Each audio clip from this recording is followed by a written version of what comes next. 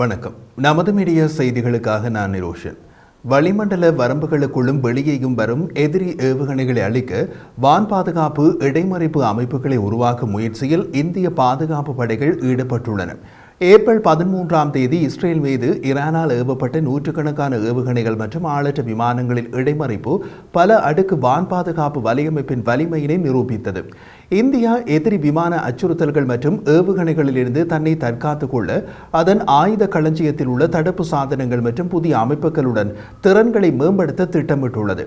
நீண்ட தூர ஏவுகணைகளை இடைமறிப்பதற்காக BMD எனப்படும் பாலிஸ்டிக் ஏவுகணை பாதுகாப்பு திறன்களை உருவாக்குவது இந்திய பாதுகாப்பு படைகளின் முன்னுரிமை திட்டமாக உள்ளது என்று பாதுகாப்புத்துறை அதிகாரி ஒருவர் தெரிவித்தார். முதலில் S-400 வான் பாதுகாப்பு சாதன அமைப்புகளை நிலைநிறுத்தி அதில் இந்தியாவின் மற்ற வான் தடுப்பு சாதனங்களோடு ஒருங்கிணைக்கும் பணி தொடங்கப்பட உள்ளதாகவும் அவர் குறிப்பிட்டார்.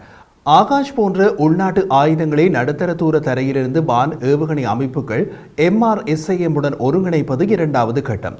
பல தாக்குதல் மற்றும் தடுப்பு ஆயுதங்களை இந்திய ஆயுதப்படைகள் ஒருங்கிணைப்பதன் மூலம் எதிரி ஏவுகணைகள், போர் விமானங்கள், ஹெலிகாப்டர்கள் மற்றும் ஆளற்ற விமானங்கள் உட்பட வான அச்சுறுத்தல்களை அளிக்கும் திறன் கொண்ட பல்வேறு வளைய அமைப்புகளை உருவாக்க திட்டமிடப்பட்டுள்ளது என இந்த விஷயத்தை அறிந்த அதிகாரிகள் தெரிவித்தனர்.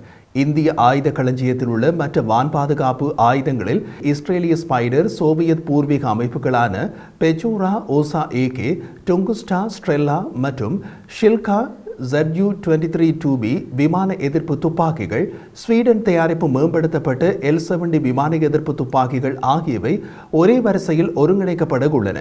இவற்றுடன் சுயாதீன அமைப்பாக தோளில் வைத்து இயக்கப்படும் இக்லாம் மேன்பேட்ஸ் ஒருங்கிணைப்புக்கு வெளியே இருந்து செயற்படும் என்று அதிகாரிகள் கூறினார்கள்.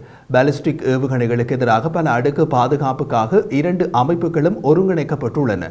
நவம்பர் 2022 பாதுகாப்பு ஆராய்ச்சி மற்றும் மேம்பாட்டு அமைப்பு DRDO முதல் முறையாக AD-1 எனப்படும் நீண்ட தூர இடைமறிப்பு ஏவுகணையை வெற்றிகரமாக பரிசோதித்தது. இது பாலிஸ்டிக் ஏவுகணைகளின் எக்ஸோ வளிமண்டல மற்றும் எண்டோ வளிமண்டல இடைமறிப்புக்காக வடிவமைக்கப்பட்டது. DRDOவின் திட்டமான குஷாவின் கீழ் உள்நாட்டிலேயே நீண்ட தூரம் தரையிலிருந்து விமான ஏவுகணை அமைப்பை நாடு உருவாக்கி வருகிறது. இது அதிகபட்சமாக 350 கிலோமீட்டர் தூரம் வரை செல்லும் மற்றும் சுமார் 5 ஆண்டுகளில் பாவனைக்கு வரும் என்று எதிர்பார்க்கப்படுகிறது. DRDO உள்நாட்டு மிக குறுகிய தூர வான் பாதுகாப்பு அமைப்பையும் உருவாக்கி உள்ளது. இது மனிதனால் சுமந்து செல்லக்கூடிய வான் பாதுகாப்பு அமைப்பு. இது குறைந்த உயரத்தில் உள்ள விமான அச்சுறுத்தல்களை குறுகிய தூரங்களில் கையாள முடியும். ரஷ்யா உக்ரைன் போர், இஸ்ரேல் ஹமாஸ் மோதல், செங்கடல் மற்றும் அதை சுற்றியுள்ள ஏவுகணை மற்றும் ஆளற்ற விமான தாக்குதல்கள் மற்றும் ஏப்ரல் 13 ஈரானிய தாக்குதல் உட்பட சமீபகால மோதல்கள் மற்றும் முன்னேற்றங்கள் வலுவான வான் பாதுகாப்பு கட்டமைப்பை கொண்டிருப்பது மிகவும் முக்கியமானது என்பதை காட்டுகிறது என இந்திய விமானத்துறையின் ஓய்வு பெற்ற ஏர் மார்ஷல் அனில் சோப்ரா தெரிவித்தார். அவர் மேலும் கூறிய போது, தரையிலிருந்து வானுக்கு ஏவப்படும் ஏவுகணைகள் மற்றும் ரேடார்களில் இந்தியா சிறப்பாக செயல்பட்டு வருகிறது. ஆனால் இந்தியா போன்ற பெரிய நாட்டில் உள்நாட்டு வான் பாதுகாப்பு அமைப்புகளின் வடிவமைப்பு, மேம்பாடு மற்றும் உற்பத்தியை விரைவுபடுத்த வேண்டிய அவசியம் உள்ளது என்று கூறினார். 300க்கும் மேற்பட்ட ஏவுகணைகள் மற்றும் ஆளற்ற விமானங்கள் சம்பந்தப்பட்ட ஈரானிய தாக்குதலுக்கு எதிராக இஸ்ரேல் தற்காத்துக் கொள்ள உதவிய நாடுகளில் அமெரிக்கா, பிரிட்டன், பிரான்ஸ் மற்றும் ஜோர்டான் ஆகியவை அடங்கும்.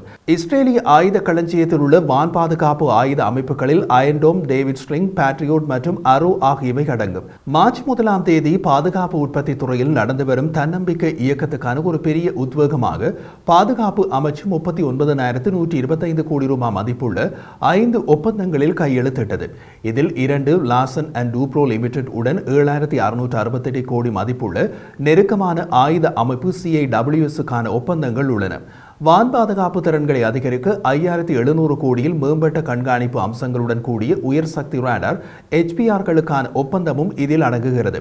ஆளற்ற விமானங்கள் உட்பட அனைத்து வகையான குறைந்த பறக்கும், குறைந்த கையொப்பம் கொண்ட விமான அச்சுறுத்தல்களிலிருந்து முக்கிய ராணுவ சொத்துக்களை பாதுகாக்க இந்தியா முழுவதும் பல்வேறு இடங்களில் CIWS திட்டமிடப்பட்டுள்ளது. இது வான் பாதுகாப்பு துப்பாக்கிகள், கண்காணிப்பு ரேடார்கள் மற்றும் கட்டளை மற்றும் கட்டுப்பாட்டு நிலையத்தோடு இணைக்கப்பட்ட தேடல் ரேடார்களை வைத்திருக்கிறது. நாம் குறிப்பிட்ட HPR இந்திய விமானப்படையின் தற்போதைய நீண்ட தூர ரேடார்களை மேம்பட்ட கண்காணிப்பு அம்சங்களுடன் நவீன செயலில் உள்ள தொலைக்கட்ட வரிசையில் ரேடார்களுடன் மாற்றும். சிறிய ரேடார் குறுக்குவெட்டு இலக்குகளை கண்டறியும் திறன் கொண்ட அதிநவீன சென்சார்களின் ஒருங்கிணைப்புடன் இந்திய விமானப்படை IAF-இன் நிலப்பரப்பு வான் பாதுகாப்பு திறன்களை மேம்படுத்தும். இந்தியாவில் தனியார் துறையால் உருவாக்கப்பட்ட முதல் ரேடார் இதுவாகும். ஏப்ரல் தொடக்கத்தில் இந்திய ராணுவம் அதன் வான் பாதுகாப்பு திறன்களை அதிகரிக்க உள்நாட்டு ஆகாஷ்டீர் அமைப்பை தொடங்கியது. தானியங்கி வான் பாதுகாப்பு கட்டுப்பாடு மற்றும் அறிக்கையிடல் அமைப்பு ராணுவத்தின் வான் பாதுகாப்பு பிரிவுகளை ஒருங்கிணைந்த முறையில் செயல்பட அனுமதிக்கும். பாதுகாப்பு அமைச்சு பாரத் எலக்ட்ரானிக்ஸ் லிமிடெட்டுடன் 1982 கோடி ஒப்பந்தத்தில் கையெழுத்திட்டு கிட்டத்தட்ட ஒரு வருடத்திற்கு பின்னர் புதிய அமைப்புடன் ராணுவத்தின் வான் பாதுகாப்பு திறன்களை கூர்மைப்படுத்தியது. இது போர் பகுதிகளில் குறைந்த அளவிலான வான்வெளியை கண்காணிக்கவும் தரை அடிப்படையிலான வான் பாதுகாப்பு ஆயுத அமைப்புகளை திறம்பட கட்டுப்படுத்தவும் ராணுவத்திற்கு உதவும். இது முழு செயல்முறையையும் டிஜிட்டல் மயமாக்குவதன் மூலம் ராணுவத்தின் வான் பாதுகாப்பு வழிமுறைகளின் செயல்பாட்டு திறன் மற்றும் ஒருங்கிணைப்பை மேம்படுத்துவது என்பது வான் பாதுகாப்பு பல்கட்டமைப்பின் இறுதி கட்டமாகும்.